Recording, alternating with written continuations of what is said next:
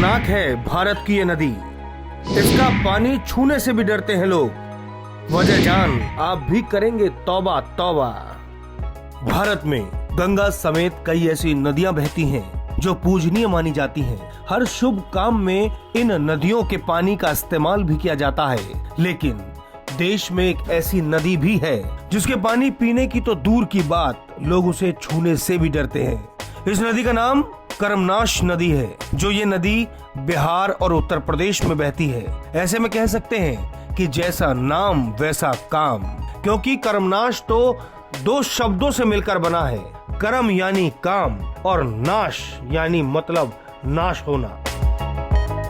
इस नदी के बारे में कई कहानियां प्रचलित हैं। कहा जाता है कि प्राचीन समय में कर्मनाश नदी के किनारे रहने वाले लोग इसके पानी से भोजन बनाने से परहेज करते थे और फल खाकर गुजारा करते थे। लेकिन इस नदी से जुड़ी दिलचस्प बात यह है कि आखिर में ये नदी गंगा में जाकर मिल जाती है।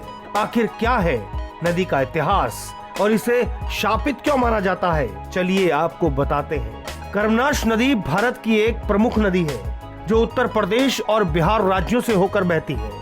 ये नदी अपनी प्राकृतिक सुंदरता के लिए जानी जाती है, लेकिन इसके साथ ही ये कई रहस्यों से भी जुड़ी हुई है। कर्मनाश नदी को लेकर लोगों में डर का सबसे बड़ा कारण ये है इसके साथ जुड़ी पौराणिक कथाएं।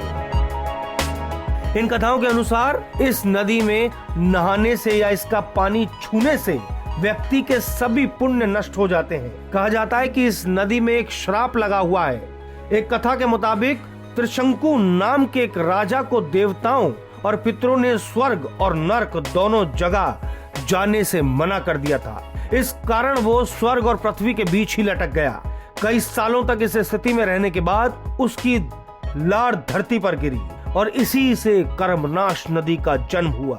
मान्यता है कि नदी में नहाने से व्यक्ति का कर्मनाश हो जाता है, यानी उसके सभी पुण्य नष्ट हो जाते हैं। और एक और मान्यता है, इस नदी पर एक श्राप लगा हुआ है। कहा जाता है कि इस नदी में नहाने से व्यक्ति को कई तरह की बीमारियां हो सकती हैं। यहाँ तक कि पानी छूने से बने बनाए काम बिगड़ जाते हैं। कर्मनाश नदी उत्तर प्रदेश के सोनभद्र, चंदौली, वाराणसी और गाजीपुर से होकर बहती है। इस नदी की लंबाई करीब 192 किलोमीटर है। इस नदी का 116 किलोमीटर का हिस्सा यूपी में आता है। हालांकि इन कहानियों को लेकर लोगों में बहुत विश्वास है, लेकिन वैज्ञानिक दृष्टिकोण से इसका कोई आधार नहीं मिलता। वीडियो पसंद आई हो तो लाइक और शेयर करना ना भूलें और हमारे चैनल को सब्सक्राइब करें।